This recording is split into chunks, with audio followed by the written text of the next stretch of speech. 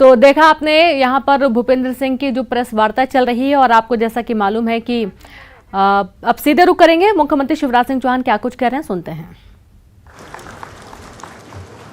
रमेश जी और भाजपा परिवार मेरे पास आया था कि पुण्यतिथि है स्वर्गीय दिलीप भटेरे जी की। कई दिनों से मेरा आना हो नहीं पाया था इस कार्यक्रम में, तो मैंने तय किया कि स्वर्गीय दिलीप भटेरे जी को श्रद्धा के सुमन अर्पित करने में हर हालत में किरणापुर आऊंगा। मैं आज स्वर्गीय दिलीप भटेरे जी के चरणों में प्रणाम करता हूं। उन्होंने अपनी सहजता से, अपनी सरलता से, अपनी सेवा से, अपने समर्पण से, अपनी प्रामाणिकता से जन सेवा का एक नया इतिहास रचा था। वो जनता के बीच अत्यंत लोकप्रिय थे और इसका उदाहरण था कि लगभग लगातार 4 बार वे विधायक रहे, मंत्री भी रहे। पटवा जी के मंत्रिमंडल के समय वो संसदीय सचिव के रूप में भी उन्होंने इस क्षेत्र की जनता की सेवा की है। मेरे प्रिय बहनों और भाइयों, हमारे वो पूर्वज जिन्होंने अपने लिए कुछ किया है उनको कभी हमें भुलाना नहीं चाहिए और इसलिए मैं उनके चरणों पर प्रणाम करता हूं और इस क्षेत्र को भी आश्वस्त करता हूं कि भटेरे जी की परंपराओं को, उनके विकास की ललक को, उनके जनसेवा के कामों को लगातार हम आगे बढ़ाते रहेंगे। और इसलिए आज इस पुण्य अवसर पर, पुण्यतिथि के अवसर पर यह तय किया कि जनसेवा का एक महायज्ञ हो जाए, स्वास्थ्य शिविर लगाया जाए और अलग अलग बीमारियों से पीड़ित हमारे भाई और बहन, बेटे बेटियां उनका मेडिकल चेकअप करें। यहां इलाज संभव है तो यहां इलाज करें, नहीं तो जहां भी इलाज होगा मध्य प्रदेश सरकार अपने खर्चे पे उनको भेज के इलाज संपन्न करवाएगी। और अभी मैंने देखा जिन बच्चों के दिल में छेद है उनका चेकअप चल रहा है,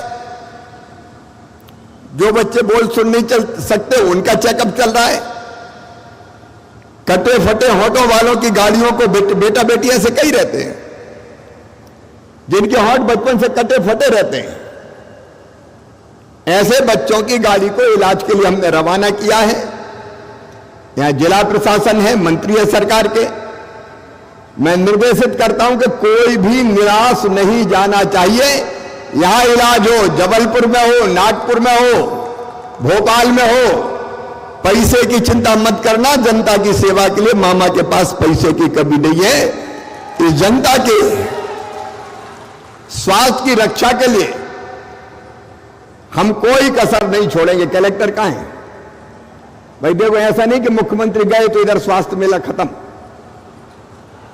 ये ढंग से चलना चाहिए पूरा, और पूरा आप चिन्हित कर लो लोग, जिसका जहां इलाज यहां होगा, बालाघाट में होगा, जबलपुर में होगा, नागपुर में होगा, भोपाल में होगा, दिल्ली में होगा, जहां जिसको जरूरत पड़ेगी इलाज की, विशेषज्ञों के द्वारा वहां इलाज करवाया जाएगा।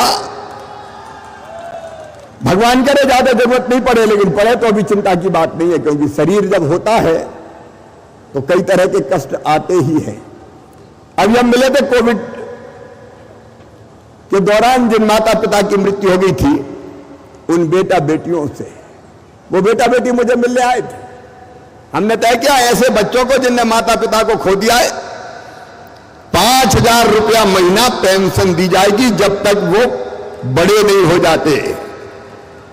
उनको पेंशन भी दी जाएगी, निःशुल्क राशन और उनके पढ़ाई की व्यवस्था। इसमें भी कितने बच्चे हैं अपने जिले के कोविड जिनके माता पिता नहीं है? 643 बराबर पेंशन मिल रही है। वो चिंता करें और उनकी पढ़ाई की चिंता करें। उन बेटा बेटियों को कौन उनके भविष्य को संवारने का काम करेगा? मध्य प्रदेश की धरती पर मामा के रहते हुए कोई बेटा बेटी अनाथ नहीं हो सकता। जब हम सब है तो काहे के अनाथ? हम साथ निभाने की पूरी कोशिश करेंगे। आज यहां स्व सहायता समूह की बहनें आई हुई है।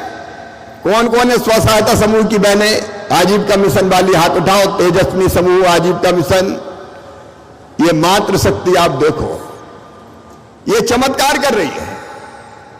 अभी यहां एक नवाचार हुआ है, मैं बधाई देता हूं। हमारी बहनों को रोड रोलर दिया गया है। ये बहनें बड़ी पापड़ अचार तो बनाएगी, कोदो कुटकी की प्रोसेसिंग का काम करेगी, साबुन सैनिटाइजर बनाएगी, राशन की दुकान चलाएगी, पोषण आहार बनाएगी, लेकिन अब गांव में सड़क के लिए रोड रोलर भी चलाएगी, गांव की सड़कें भी बनाएंगी। मेरी प्रिय बहनों, महिला सशक्तिकरण का महायज्ञ प्रारंभ हुआ है। बहनों में जो क्षमता है वो सचमुच में अद्भुत है। मध्य प्रदेश में मैं आप आश्चर्य होता है मुझे। आपको बताना चाहता हूं, ये बच्चों को रेडी टू ईट पोषण आहार था, ये बड़े बड़े ठेकेदार बनाते थे। 800 करोड़ रुपया का बनता था, बड़े बड़े ठेकेदार घुस जाते थे।